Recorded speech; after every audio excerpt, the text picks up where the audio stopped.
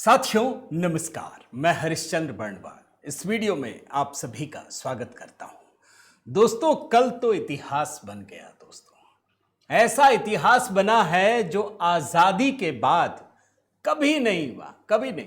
अभी मैं आपको आंकड़े दिखाऊंगा और एक बात याद रखिए दोस्तों कि अगर पश्चिम बंगाल में खुद ममता बनर्जी का रोना धोना शुरू हो जाए, इसका मतलब यह है कि संकेत साफ हैं। अगर तृणमूल कांग्रेस के भीतर उथल पुथल मचना शुरू हो जाए, इसका मतलब है कि नतीजे उनको साफ साफ दिखाई पड़ रहे हैं। अगर कांग्रेसियों के भीतर एकदम गुप सन्नाटा छा जाए, इसका मतलब है कि उन्होंने पश्चिम बंगाल चुनाव से एकदम दूरी बना ली। अब वो भूल जाएंगे, कुछ हुआ भी नहीं बताएंगे। और इतना ही नहीं दोस्तों, जो ये लेफ्ट लिबरल इकोसिस्टम है, जो यूट्यूबर्स हैं, जो पूर्व चुनाव आयुक्त, बल्कि कुरैशी साहब, मैं उनका भी ट्वीट देख रहा था। आप यकीन मानिए 4 मई को जो नतीजे आने वाले हैं, उसने एकदम से साफ साफ संकेत देना शुरू कर दिया है। लेकिन आज के वीडियो में दोस्तों आपको मैं दिखाने जा रहा हूं, बहुत छोटी छोटी 10 के करीब कहानियां दिखाऊंगा। आपको समझ में आएगा। मैं बल्कि सट्टा बाजार की भी कहानी जो सोशल मीडिया में दिखाई दे रही है, वो भी आपको दिखाऊंगा। याद रखिए, सट्टा बाजार में जो पैसे लगाते हैं ना, वैसे भारत में इल्लीगल है, लेकिन फिर भी छन छन के खबरें तो आ ही जाती हैं। अगर वहां भी कहानी पलटी हुई दिख रही है, इसका मतलब यह है कि पश्चिम बंगाल एक नया इतिहास बनाने जा रहा है। मैं आज के वीडियो में दोस्तों किसी विदेशी विशेषज्ञ का भी दिखाऊंगा। उनका भी इंटरेस्ट डेवलप हो गया है कि बंगाल में क्या होने वाला है। दोस्तों, ये जो 5 राज्यों का चुनाव है ना, इसमें पश्चिम बंगाल का चुनाव निश्चित रूप से एक नई कहानी कह रहा है। आज मैं डिकोड करने जा रहा हूं दोस्तों, और आखिर में यह भी दिखाऊंगा कि कैसे कलकत्ता हाई कोर्ट ने ममता बनर्जी की सरकार पर जुर्माना लगा दिया है। मतलब एक तो करेला ऊपर से नीम चढ़ा। आखिर क्या है ये पूरी की पूरी कहानी? 10 कहानियों के करीब मैं दिखाऊंगा दोस्तों, अलग अलग तरीके से। मैं निवेदन करता हूं, जरूर कमेंट कीजिएगा। जैसा कल आपने पश्चिम बंगाल के वोटरों के लिए अपना उत्साह दिखाया कमेंट में लिख करके, दोस्तों आज भी दिखाइएगा। दूसरे चरण का मतदान अभी बचा हुआ है। तो आइए शुरू करते हैं। और हाँ दोस्तों, HB शॉर्ट्स की कहानियां जरूर देखिएगा।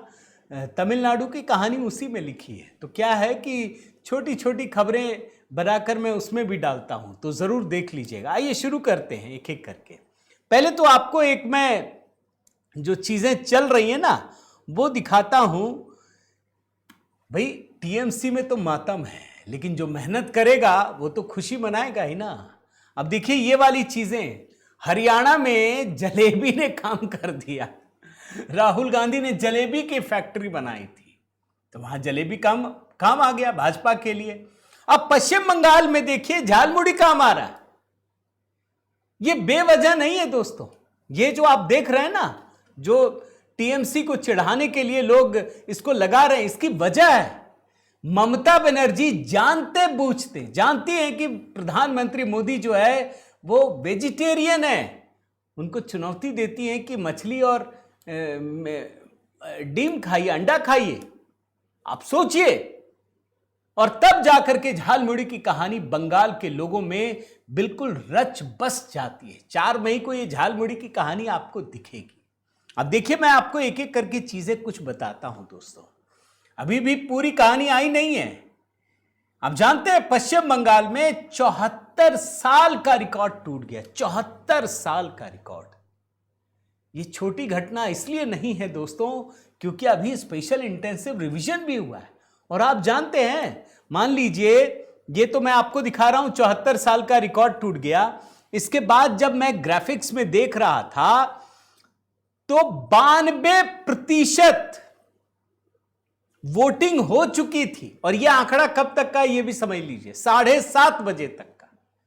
मतलब अगर वोटिंग का टाइम 6 बजे तक है और वहां लोगों की भारी भीड़ जमा हो जाती है, लाइन में लग जाते हैं, तो आपको वोटिंग देने का पूरा हक है, भले उसके बाद 2-3 घंटे लग जाए। यानी 92%। पिछली बार कितना हुआ था? लगभग 83%। उससे पहले 82%। अब ये मान लीजिए 92% से तो ऊपर ही जाएगा। अब एक बात सोचिए कि मुसलमान तो 100% वोटिंग करता है, आप जानते हैं, लेकिन इस बार दोस्तों हिंदुओं ने भी बढ़ चढ़कर मतदान में हिस्सा लिया। कहानी यहां पर है, इस जगह पर आकर के कहानी टिकती है। इस बात को याद रखिए, जो 7:30 बजे तक का आंकड़ा था उसमें 91.78%। इसका मतलब है कि हिंदू भी अपने घरों से निकल रहे हैं। और कल तो मैंने कुछ आपको बाइट भी दिखाया था, शाम वाला देखिएगा, बड़ा इंटरेस्टिंग था वो। हिंदू कम से कम 1,500 किलोमीटर से गरीब परिवार भी बंगाल पहुंच रहा है। उनको पता है कि अगर इस बार नहीं बदले तो बर्बादी है। उनको यह भी पता है कि प्रधानमंत्री मोदी या भारतीय जनता पार्टी ने जो वादा किया है उससे उनकी किस्मत भी बदलने वाली है, बहुत सारे फायदे होने वाले हैं। अब सवाल है दोस्तों कि क्या इसको आप वैसे ही, मतलब ठीक है आंकड़े हैं देख लिया, नहीं, इसको देखने का एक दूसरा तरीका, दूसरा नजरिया बताता हूं, सट्टा बाजार का। अब देखिए, ये पोली मार्केट का मैं लगातार पिछले कई दिनों से देख रहा हूं, बहुत सारे लोग इसको लगाते हैं। पॉली मार्केट दुनिया का सबसे बड़ा डिसेंट्रलाइज्ड प्रेडिक्शन मार्केट है। एक तरीके से सट्टा ही है, और क्या है, ये प्रेडिक्शन मार्केट है दोस्तों। और आप इसमें देखिए, जो भी पैसे लगाते हो, मैं इसको मेन स्ट्रीम मीडिया में भी ढूंढ रहा था, मिला नहीं, लेकिन चूंकि बहुत सारे लोगों ने इसको शेयर किया दोस्तों, तो मैं आपको दिखा रहा हूं। ये पल पल में बदलता है, वोटिंग के परसेंटेज के हिसाब से ये मार्केट भी बदलता है। और आप देख लीजिए भाजपा को कितना दिया गया है, 58.1%। टीएमसी को कितना, 41.8%, माने 10% से भी ज्यादा। और जो पोलिंग का रिकॉर्ड बना है वो भी 10% से ज्यादा है। याद रखिए, इसका मतलब है कि ये जो प्रेडिक्शन मार्केट की दुनिया है, जहां पैसे लोग लगाते हैं भले ही अवैध तरीके से, वो भी देख रहा है कि पश्चिम बंगाल में परिस्थितियां बदल रही हैं। अभी मैं ममता बनर्जी का रोना धोना भी आपको दिखाऊंगा। और यही नहीं दोस्तों, एक फलोदी सट्टा बाजार है, उसकी कहानी भी दिखाता हूं। फलोदी सट्टा बाजार भारतीय जनता पार्टी को 170, टीएमसी को 120, दिल्ली सट्टा बाजार बीजेपी को 180। अब देखिए, इन सब की वैधता की मैं जांच नहीं कर सकता, मैं स्पष्ट कह दे रहा हूं, मैं इसको वेरीफाई नहीं कर सकता। मैं दिखा इसलिए रहा हूं दोस्तों, ताकि आपको सनद रहे, आपको पता हो कि दुनिया भर में चल क्या रहा है। और यह बात तो सच है ना कि फलोदी सट्टा बाजार की कहानी तो मैंने हरियाणा चुनाव में दिखाई, आपको महाराष्ट्र में दिखाया, दिल्ली में दिखाया। तीनों ही जगह पर फलोदी सट्टा बाजार की भविष्यवाणी पूरी तरह से सही निकली है। यह तो मैं आपको बता सकता, ऐसे ही दिखाया था आपको। उस समय तो कुछ मेन स्ट्रीम मीडिया वालों ने भी रिपोर्टिंग की थी, आज हमें नहीं मिला, लेकिन यह फलोदी सट्टा बाजार की कहानी है दोस्तों। चौथा, अब ये तो चलिए घर की बात बता दी। एक सज्जन है रिचर्ड रोसो। अब ये कौन है मैं आपको बताता हूं। ये India and emerging Asia economics CSIS उसके हेड हैं, उसको चेयर करते हैं। ये व्यक्ति क्या कर रहे हैं देखिए, बिल्कुल कल कितने बजे का है, 23 तारीख 6:06 शाम का ट्वीट है। क्या लिखा है इन्होंने, as we head towards the May for state election results, a snapshot of how many CMs each party has and the population of these states despite the setback of the 24 Lok Sabha election। ये लिख रहे हैं। अब देखिए क्यों इनका interest हो गया। इनको भी पता है कि परिस्थितियां पलट रही हैं। 2024 के लोकसभा चुनाव में इन्होंने ये लिखा है कि भारतीय जनता पार्टी के बहुत बुरे प्रदर्शन के बावजूद भारतीय जनता पार्टी अपने सबसे शिखर पर पहुंच गई है मुख्यमंत्रियों के मामले में। 16 मुख्यमंत्री हैं बिहार को मिला करके। अब ये भी गिनती गिन रहे हैं कि कितने होंगे, बंगाल में आएंगे, असम में तो आएंगे ही आएंगे। तमिलनाडु की भी परिस्थितियां पलट गई है। केरल में भी भाजपा अगर 2 से 10 तक ले आए तो कमाल हो गया, मानकर चलिए, हंग असेंबली हो जाएगी। और पुडुचेरी में भी, यानी 4-1 से इस बार एनडीए बाजी जीतती हुई दिख रही है। यह विदेश में रहने वाले विशेषज्ञ भी इधर देख रहे हैं। आपको इसीलिए बहुत ही इंटरेस्टिंग कहानी दिखा रहा हूं दोस्तों। अच्छा देखिए, यह सब क्यों हो रहा है, यह बात भी आप समझिए। भाई कल आपने देखा दोस्तों कि कुछ जगह हिंसा हुई, लेकिन यकीन मानिए यह इसलिए ऐतिहासिक है क्योंकि यह मानकर तो चुनाव आयोग भी चल रहा होगा, तभी तो इतना इंतजाम किया ना। लेकिन इस बार के चुनाव में जो कम से कम हिंसा होने की घटनाएं हैं वो भी एक रिकॉर्ड है। हालांकि मैं देख रहा हूं कि जिन लोगों ने भी हिंसा की, पत्थरबाजी की या लाठियां चलाई, चुनाव आयोग एक एक लोगों को देख रहा है, इस बात को ध्यान रखिए। और अमित शाह जी दोस्तों खुल करके कहते हैं कि चलो कल तो जो टीएमसी के गुंडे वो नहीं निकले, अब अगर 29 तारीख को निकल गए, वो साफ साफ कह रहे हैं, तो हम उल्टा लटका करके सीधा कर देंगे। ये खुलेआम बता रहे हैं, कोई गुंडागर्दी नहीं चलेगी। आप भाषा देखिए दोस्तों, ये कॉन्फिडेंस ऐसे ही नहीं है, वो सीधे सीधे बंगाल के सामान्य मतदाताओं को एक मैसेजिंग दे रहे हैं कि आप चिंता मत करना, भाजपा के शासन में रूल ऑफ लॉ स्थापित करके रहेंगे। देख लीजिए, आप सुन लीजिए। के गुंडों को कहकर जाता हूं, 29 तारीख को घर के बाहर मत निकलना। 29 तारीख को आराम बाग वालों को परेशानी की तो 5 तारीख के बाद उल्टा लटका कर सीधा करने का था। पहले चरण में दीदी के कोई गुंडे का हिम्मत नहीं हुआ कि बंगाल के मतदाताओं को उंगली भी उड़ा कर दे। जिस मात्रा में 80% से ज्यादा मतदान, वो बताता है कि पहले चरण में दीदी का सुपड़ा साफ होने वाला है। भाई ये कॉन्फिडेंस तभी होता है दोस्तों जब ये पता चलता है कि ग्राउंड पर हमारे लोग काम कर रहे हैं और मतदाता बिना किसी डर के वोटिंग करने जा रहा है। लेकिन चुनाव आयोग भी काम कर रहा है दोस्तों।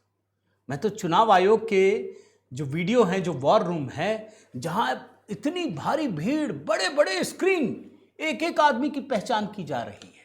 अब तो एआई का जमाना है, अब तो व्यक्तियों को से गलती हो सकती है, एआई से कैसे होगी, वो तो तुरंत पॉइंट आउट करेगा। एक एक आदमी की पहचान चल रही है, ये मैं आपको बता रहा हूं। और अगर सामान्य परिस्थितियों में कहिए दोस्तों, चाहे बंगाल हो, कहीं पे भी हो, एफआईआर दर्ज कराने जाइए तो होता नहीं है, बड़ी पूछताछ होती है। लेकिन पश्चिम बंगाल में चुनाव आयोग ने गजब कर दिया। जहां भी आपको दिक्कत हो शिकायत कीजिए। 400 शिकायतें दर्ज हो चुकी हैं, 400। एक एक शिकायतों को एड्रेस करने की कोशिश की जा रही है। अब जब मामला दोस्तों इस कदर बदल रहा है तो इसका मतलब है दूसरी पार्टी को भी तो एहसास होगा कि हम हार रहे हैं। और सबसे अधिक जो एहसास है वो किनको है? ममता बनर्जी को है। मैं ढूंढ रहा था, बांग्ला में है इसलिए मैंने स्क्रीनशॉट ले लिया आज तक का। ममता बनर्जी ने बम्पर मतदान पर बयान दिया है और आपको कुछ हिस्से दिखा रहा हूं ब्रेकिंग न्यूज का। क्या लिखा है? क्या बीजेपी ने ईवीएम फिक्स कर रखी है? अब ईवीएम का मुद्दा आ गया। भाई सब कुछ तो मतलब कहते हैं ऑनलाइन भी है, वेबकास्टिंग भी है, ईवीएम की चेकिंग भी है और आपके तो सबसे अधिक वहां पर लोग खड़े होते हैं जब ये खोला जाता है, बंद किया जाता है। अब देखिए क्या बात हुई, मैं आपको समझाता हूं। अमित शाह या प्रधानमंत्री मोदी ये कह रहे हैं ना कि ये बम्पर मतदान जो है, जो 74 साल का रिकॉर्ड तोड़ दिया, वो वास्तव में सरकार के खिलाफ है। वो आक्रोश है, जन आक्रोश। इसीलिए हम जीतेंगे। और वो दावा कर रहे हैं कि 152 में से 100 सीटें हम जीतने वाले। शुभेंदु अधिकारी बोल रहे हैं 125 सीटें जो उन्होंने गिनती कर रखी। अब ममता बनर्जी उस हार के बहाने को बता रही है कि कहीं इन लोगों ने ईवीएम फिक्स तो नहीं कर रखी। फिर वो आगे बोलती है कि अमित शाह अफसरों को धमकाने आए हैं। मतलब अभी से रोना धोना शुरू हो गया है। और सिर्फ ममता बनर्जी नहीं दोस्तों, इनके एक सबसे खासम खास साकेत गोखले, पूर्व सांसद भी रहे हैं, राज्यसभा भेज चुकी है, वो तो अलग ही लेवल पे रोना चल रहा है उनका। क्या लिख रहे हैं देखिए, voting is on going in Bengal and all गोदी TV channels are live broadcasting Modi's rally, so much for model code of conduct. बताइए, पीएम रैली कर रहे हैं तो ये चाहते हैं कि सिर्फ ममता बनर्जी को दिखाया जाए और कुछ ना दिखाया जाए। ये मॉडल कोड ऑफ कंडक्ट का उल्लंघन। देखिए, बहाने आपको बता रहा हूं, कहां कहां बहाने जा रहे हैं। फिर इनको समझ में नहीं आया कि ममता बनर्जी आजकल पता है कहां है, सिर्फ अपने भवानीपुर में है। शुभेंदु अधिकारी ने ऐसा उनको डरा रखा है कि वो हिल ही नहीं रही है। वो 2-3 दिन से हैं, लोगों से मिल रही हैं। एक और ट्वीट किया साकेत गोखले ने, मैं दिखाता हूं। Here is a sign of desperation in Hawabazi going on. Modi doing roadshow right now in Havda. All Noida channels showing it live. Didi doing a pad yatra right now in Bhawanipur. Not a single Noida channel showing it. अब भाजपा ने कोई शिकायत की कि कलकत्ता से चलने वाले news channel Modi ji को नहीं दिखा रहे? ऐसा तो नहीं कहा। यानी दिखा रहे होंगे दीदी को, वो नहीं दिखा। अरे भाई, नेशनल चैनल किसको दिखाएगा जिससे उनको नेशनल रूप से कोई फायदा हो? ये तो टीआरपी का गेम है। ये सिर्फ आपको ये दिखा रहा हूं दोस्तों कि किस तरीके से इनका रोना धोना चल रहा है। एक और वजह दिखाता हूं। महुआ मोइत्रा सीधे चुनाव आयोग पर टूट पड़ी हैं। चुनाव आयोग की नजर पड़ी और उसने खुलकर बता रहा हूं, ये महुआ मोइत्रा सांसद है, ये साफ साफ कहा कि देखिए किस तरीके से ये मिसलीडिंग चीजों को फैलाती है, यह फर्जी खबर फैलाती है। लेकिन बात सिर्फ ममता बनर्जी, उनकी पार्टी, उनके सांसद यहीं तक सीमित नहीं है दोस्तों। मैं देख रहा था, ये देखिए, सिर्फ एक उदाहरण के लिए लाया हूं, अजीत अंजुम, ये योगेंद्र यादव, क्या लिखा है, आज लाखों वोटर नहीं दे पाएंगे वोट, बीच में किया था, बंगाल में लिखा गया काला अध्याय। अगर सही नजरिए से देखिए तो ये लोग इस बात की तैयारी कर रहे हैं कि 4 मई को मोदी जी को कैसे कोसा जाए, ये तैयारी चल रही है। तो ये कल के चुनाव की गजब कहानियां दिख रही हैं दोस्तों। अभी तो आपको बहुत रोना धोना दिखेगा, लेकिन एक बड़ी खबर जो मैं चाहता था दिखा दूं, बहुत संक्षिप्त में बता देता हूं दोस्तों। कल ममता बनर्जी को बहुत बड़ा झटका लगा। कहां से? हाई कोर्ट से लगा। किस मुद्दे पर? भारत बांग्लादेश सीमा के बीच जो जमीन है, उस जमीन पर ममता सरकार ने ना तो ठीक से काम किया, ना रिपोर्ट बनाई। अब ये खबर क्या है दोस्तों, इस बात को समझिए। खबर ये है कि जो भारत बांग्लादेश के बीच सीमा है, वहां बीएसएफ को बॉर्डर बनाना है, वो बाड़बंदी बनानी है, सील करना है। जमीन ही नहीं दे रही है ममता सरकार। ये तो बाद में पता चला जब सरकार हाईकोर्ट में गई कि हम पैसा भी दे गए, अधिग्रहण भी हो गया, हमको जमीन ही नहीं दे रही है। कैसे हम भारत बांग्लादेश बॉर्डर को सील करेंगे और घुसपैठिए का घुसना जो है मना होगा। हाई कोर्ट ने देखा, फटकार लगाई, बोला 31 मार्च तक दीजिए। ये जनवरी की बात बता रहा हूं दोस्तों। आप जानते हैं 31 मार्च तक सरकार ने जब हाई कोर्ट में अपनी रिपोर्ट जारी की, मुख्य न्यायाधीश सुजय पॉल और न्यायमूर्ति पार्थ सारथी सेन, इनकी पीठ थी, देखा भड़क गए हाई कोर्ट के जस्टिस, खंडपीठ। बोले अरे इससे तो पूरी रिपोर्ट मांगी थी, पता नहीं क्या ला करके दे दिया, ना अच्छे से रिपोर्ट है ना जमीन दिया। भड़क गए। और उसके बाद जो कानून प्रवर्तन विभाग के संयुक्त निदेशक हैं, चूंकि उन्होंने हलफनामे की जगह संक्षेप में रिपोर्ट पेश किया था, 25,000 रुपए का जुर्माना लगा दिया और कहा 15 दिन के अंदर स्टेट लीगल सर्विस को जाकर जमा कीजिए और 2 हफ्ते का समय दिया है। साफ साफ हाईकोर्ट ने कहा दोस्तों कि यह लापरवाही बर्दाश्त नहीं हो, अब नहीं चलेगा। यह बाड़बंदी में जरा सी भी ढिलाई होगी तो सख्ती से फैसला लिया जाएगा। यह एकदम से खुली चेतावनी ही नहीं है, बल्कि एक तरीके से पनिशमेंट भी दिया गया है। तो ये ममता सरकार किस तरीके से काम कर रही है देखिए। चुनाव के दौरान ही अगर इस तरह की घटनाएं हो रही हैं तो इसका मतलब समझ लीजिए दोस्तों कि ये सरकार किस हद तक देश के खिलाफ काम कर रही है। बाकी अब तो चुनाव का दूसरा फेज शुरू हो गया है दोस्तों। 29 तारीख तो इंतजार कीजिए। लेकिन मेरा निवेदन है दोस्तों, आप जरूर कमेंट कीजिएगा। बंगाल के लोगों की हौसला अफजाई, उनको सैल्यूट करने का समय है। कमेंट एक जरूर जय सिया राम ही लिख दीजिए।